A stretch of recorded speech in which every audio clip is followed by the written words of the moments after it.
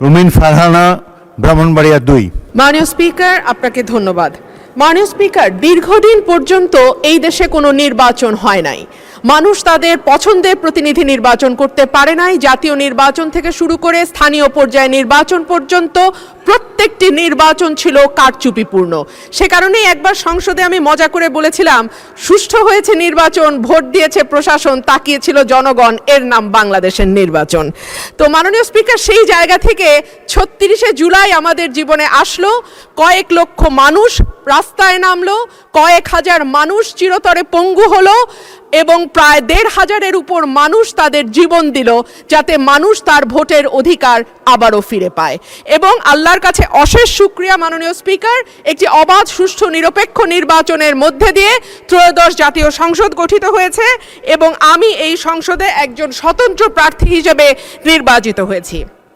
মাননীয় স্পিকার, সংবিধানের ৫৯ অনুচ্ছেদের দিকে আপনার দৃষ্টি আকর্ষণ করছি। সংবিধানের ৫৯ অনুচ্ছেদ বলছে, নির্বাচিত ব্যক্তিদের সমন্বয়ে গঠিত প্রতিষ্ঠানসমূহের উপর প্রজাতন্ত্রের প্রত্যেক প্রশাসনিক একাংশের স্থানীয় শাসনের ভার থাকিবে। সোজা বাংলায় বলতে গেলে স্থানীয় সরকার পরিচালিত হবে নির্বাচিত প্রতিনিধিদের মাধ্যমে। কিন্তু আমরা বিস্ময়ের সঙ্গে এবং দুঃখ নিয়ে লক্ষ্য করলাম, একটি নির্বাচিত সরকার ক্ষমতায় আসবার পরপরই স্থানীয় প্রশাসনগুলোতে প্রশাসক নিয়োগ করেছে।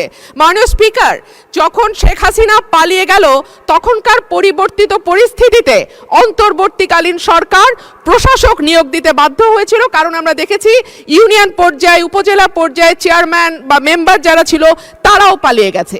কিন্তু এই অবস্থা তো মাননীয় স্পিকার এখন আর নেই। এখন তো একটা সুষ্ঠু নির্বাচন দেয়া যায়। সেই জায়গায় আমরা দেখলাম দলীয় নেতাকর্মীদের পুনর্বাসন প্রক্রিয়া শুরু হয়েছে। এই বিষয়ে আমি আপনার স্বপ্নগুলো আকাশ ছবি প্রবাসীর হেলিকপ্টারের মাধ্যমে বিয়ে, জন্মদিন অথবা যে কোনো বিশেষ প্রয়োজনে হেলিকপ্টার ভাড়া করতে যোগাযোগ করুন স্ক্রিনে দেয়া নাম্বারে। প্রবাসীর হেলিকপ্টার, নিরাপদ ও সাশ্রয়ী বাহনের বিশ্বস্ত নাম।